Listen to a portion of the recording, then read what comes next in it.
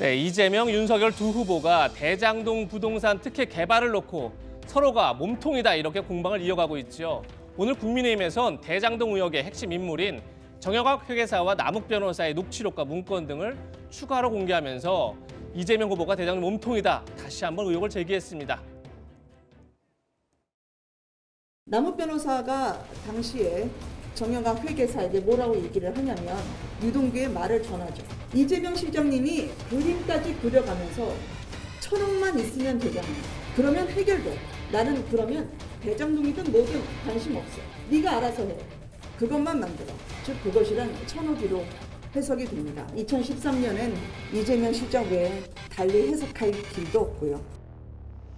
이 문건에 대해서 검찰은 자신들이 작년에 압수해서 재판에 제출했다고 했지만 거짓말입니다. 핵심 당사를 통해서 밖으로 빼돌려졌다가 검찰은 존재조차도 알지를 못했습니다.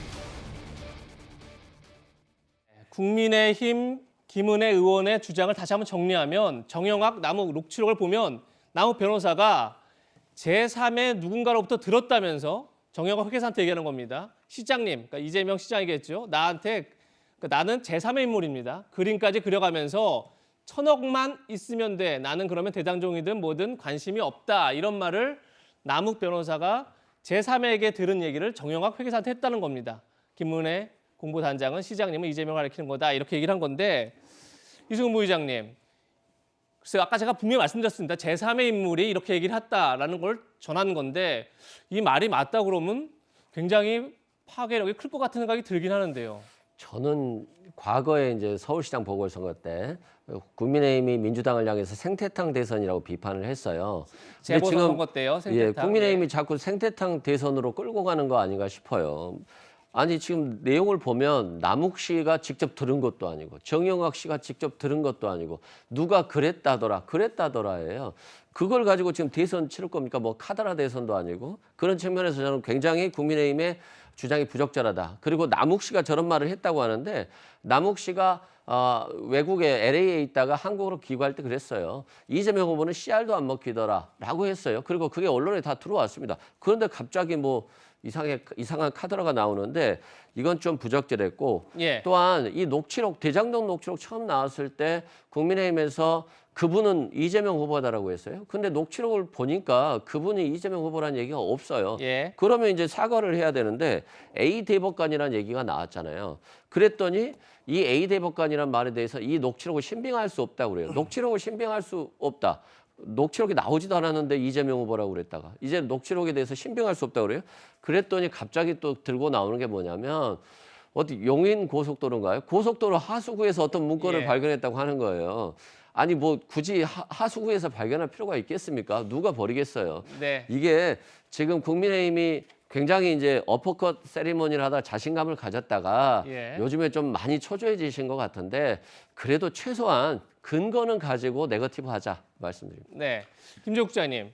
예. 사실 이제 김은혜 공보단장은 저기서 나오는 제3의 인물이 유동규 전 도시개발공사, 성남도시개발공사 사장 직무대리가 아니겠느냐 이렇게 추정을 합니다. 예. 그게 추정이 되는 얘기긴 한데 지금 조금 전에도 이승훈 부의장 얘기했지만 과연 이 녹취록을 믿을 수 있느냐 근본적으로 그 문제가 제기될 것 같아요. 어떻게 보십니까? 아니 그게 예를 들면 재판 과정에서 이제 변호사님이시니까 예. 가장 공격하기 좋은 게 증거의 신빙성을 훼손하는 거잖아요. 예. 그게 뭐 흔한 수법이죠. 수법이라는 지금 표현보다는 지금 이승훈 변호사님한테 그렇다는 게 아니라 전반적으로 이제 공방이 이루어질 때 이 그런 증거물이 주장들을 하는 거죠. 할 수 있느냐 없느냐 수법이라기보다는. 논란이 되는데 예. 저는 그렇게 생각을 해요.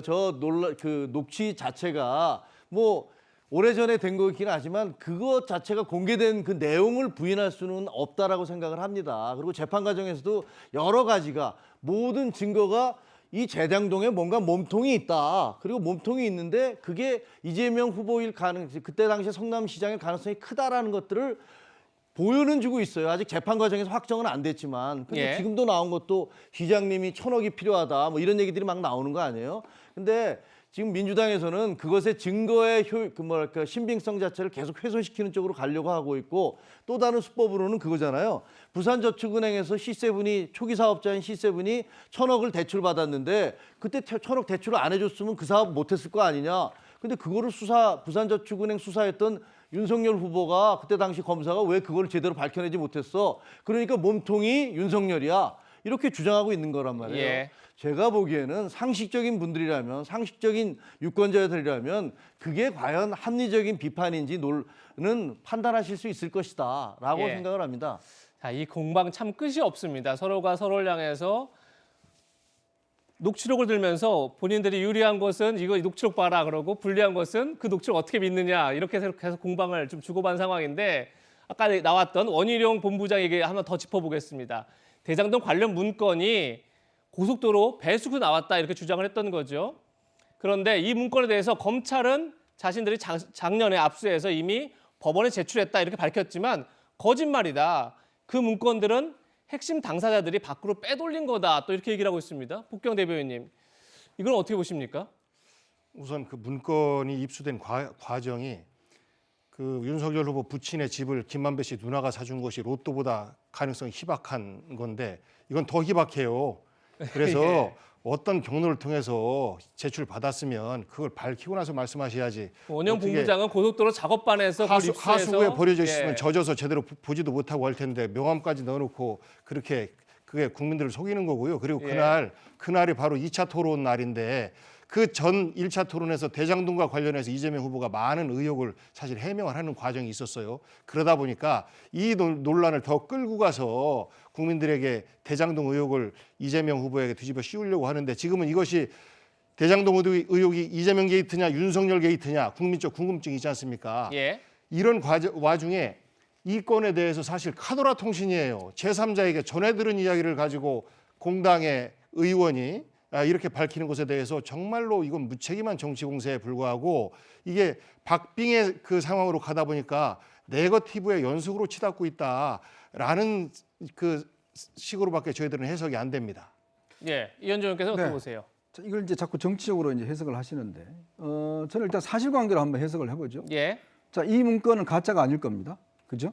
지금 현재 원희룡 본부장이 확보한 문건 뭐 자체는요. 상수의 세 건, 하수도의 세 건 간에 예. 어쨌거나 이거는 그 문건의 진본이지 않습니까? 진짜 문건이지 않습니까? 그렇다면 그 문건의 내용을 가지고 우리가 이야기를 해야지. 그게 하수구에서 발견됐던, 상수구에 발견됐던, 뭐 하늘에서 발견됐던 그건 아무 상관 없어요. 그거는 뭐 당연히 국민의힘 쪽에서는 의도가 있겠죠.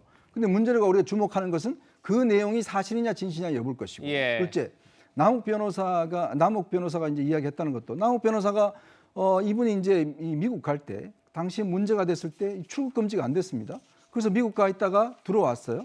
근데 들어왔는데 우리가 구속될 줄 알았는데 구속이 안 됐습니다. 잠깐 조사받고 난 다음에 풀려나 버렸어요.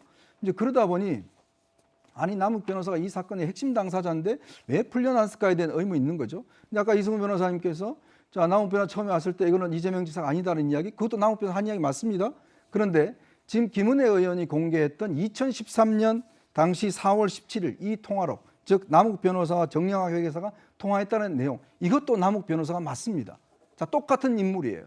그러면 우리는 뭐냐면 남욱 변호사가 그것만 이야기한 게 아니잖아요.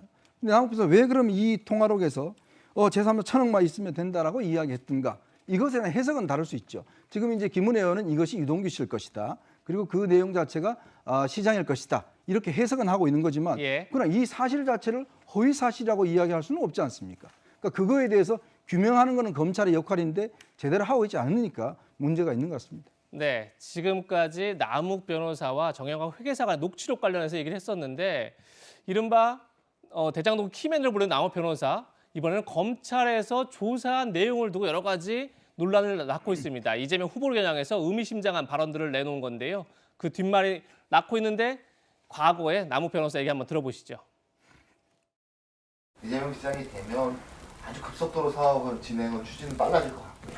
다른 분이 되면 조금의 시간은 걸릴 수 있어요. 다시 협의하는 과정에 있어서. 오늘은 좀 씨에게 3억 주신 거는 왜 주신 거예요? 죄송합니다. 주신 건 맞으세요? 녹취록은 왜 녹취하셨던 건가요? 저는 남욱이라는 사람 인터뷰 보고 제가 알았는데 저분도 저하고 악수를 한번 한 적이 있구나. 그런데 저는 그 사람을 그 외에 개인적으로 접촉하거나 전혀 알지 못하는 사람입니다. 네, 지금 들으신 것은 이제 남욱 변호사 그리고 이재명 후보의 과거 발언을 들어봤고요. 남욱 변호사가 검찰에 진술한 내용이 최근에 알려졌는데 이런 내용들입니다. 2021년 10월 22일 그러니까 미국에서 귀국해서 바로 체포가 됐죠. 그리고 검찰 조사를 받았는데 그때 남욱 변호사 이런 얘기를 했다는 겁니다. 제가 한국에 일찍 들어왔으면 후보가 바뀌었을 수도 있었겠다. 그랬더니 검찰이 그게 무슨 말이냐라고 물으니까 제가 하는 말이나 녹취록이 일찍 공개됐으면 후보가 바뀌었을 수도 있겠다는 생각이 들어서다. 이렇게 얘기했다는 겁니다. 다음 화면 한번 볼게요. 역시 그때 검찰 수사 때 또 이런 얘기를 했습니다. 김만배 씨가 정진상, 김용, 지금 다 민주당의 이제 선대위에 있는 분들이죠. 만난 것으로 알고 있다. 그들 대화가 이재명 시장에게 전달됐냐? 이렇게 검찰에 묻자 그럼요. 그렇게 알고 있죠. 유동규 전 성남도시개발공사 사장 직무대리가 이재명 시장에게 말하고 싶은 내용이 있으면 진상이 형, 그러니까 정진상 지금 선대위 부실장이죠. 에게 말해봐야지 하는 것을 종종 들었다. 이렇게 얘기한 겁니다. 이수근 부의장님, 지금 이것은 아까 녹취록과 다르게 남욱 변호사가 검찰에서 이렇게 진술을 했다는 겁니다. 자, 이 내용은 어떻게 신뢰할 수 있는 건가요? 어떤가요? 남욱 변호사가 이재명 후보가 대통령 되는 게 굉장히 무서운가 봐요. 그래서 그런지 모르겠지만 자꾸 국민의힘에 굉장히 유리한 얘기들을 많이 하신 걸로 보이는데 뭐 저는 확인하지 못했지만 예. 저런 식으로 말한다라고 한다면 앞으로 윤석열 후보에게 할 말은 박영수 특검을 통해서 하면 되겠네요. 그런 식으로 이렇게 얘기를 할 수는 없잖아요. 예. 그렇듯이 너무 카더라 이런 얘기인 것 같고 우리가 녹취록 신빙성 하는데 각 당들이 자신에게 유리한 방법으로 해석을 하고 있습니다. 그런 측면에서 봤을 때 분명히 녹취를 보면 김만배 씨가 그러잖아요. 윤석열 후보를 향해서 내 카드면 죽어, 영장 치면 죽어 이런 말이 나오잖아요. 그리고 윤석열 후보의 부친 내 집을 김만배 씨의 누나가 샀는데 양도세가 많이 나오면 안 된다. 1억이든 2억이든 현금으로 누나에게 주자. 뭐 이런 얘기가 나오잖아요. 뭐 당연히 윤석열 후보는 사실, 아니라고 예. 하지만 그렇죠. 윤석열 후보는 아니라고 하지만 확인되지 않았죠. 윤석열 후보 누나 집 이야기 없습니다. 맞아요. 근데 김만배 씨 누나가 그때 부동산을 산 건 윤석열 후보 집밖에 없어요. 여러 개 있습니다, 집이. 시기가 달라서 저 녹취록 시점에는 윤석열 후보의 부친 집밖에 산 적이 없고요. 예. 그다음에 남욱 씨가 재판 가서 남욱 씨나 김만배 씨가 재판에 가서 이재명 후보의 허위사실 공표 재판에 가서 이런 말을 했다는 거예요. 이재명 후보는 공산주의자다. 1,000억을 뺏어갔다. 터널 공사비 등으로 이렇게 뺏어갔다. 그런데 무슨 씨알도 안 먹힌 사람인데 라는 말이 나오거든요. 그런 측면에서 녹취록의 신빙성을 인정할 거면 다 같이 인정하고 부인할 거면 그냥 법정에서 판결 나는 대로 보자. 이게 맞는 것 같습니다. 예, 저 신빙성 어떻게 믿느냐 하는데 요거 보고 한번 다시 얘기를 듣겠습니다. 자, 이거 역시 남욱 변호사의 진술로 지금 알려주고 있는 겁니다. 김만배 씨가 12억을 그러니까 지금 보시는 것처럼 분양 대행업자를 통해서 12억을 받았는데 그중에 3억 6천만 원을 유동규에게 준 것으로 들었다고 남욱 변호사가 진술한 겁니다. 그러면서 구체적으로 어디에 사용했는지는 알지 못하지만 시기상으로 봤을 때 이재명 시장의 성남시장 재선 선거 자금으로 사용되는 것 아니겠느냐 이렇게 남욱 변호사는 추정하고 있습니다. 김재욱 국장님, 앞에 뭐 진술도 있지만 거기도 이재명 후보에게 후보가 대장동 사업에 깊이 관여한 것처럼 남욱 변호사 얘기했지만 그중 일부 자금이 재선 선거 자금으로 사용된 것으로 자기는 알고 있다. 또 이렇게 진술을 했어요. 어떻게 보십니까?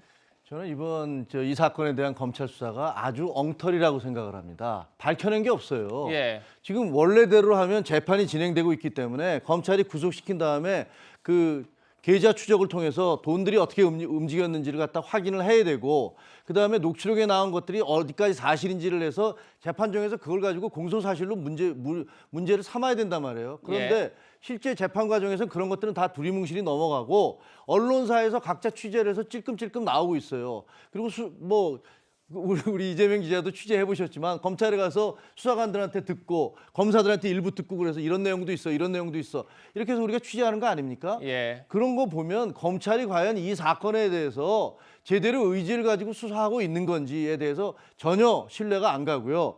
그다음에 원희룡 그 본부장하고 김은혜 의원이 폭로했던 그 배수구에서 주웠다는 그 자료에 대해서 첫 번째로 나온 검찰의 반응을 보세요.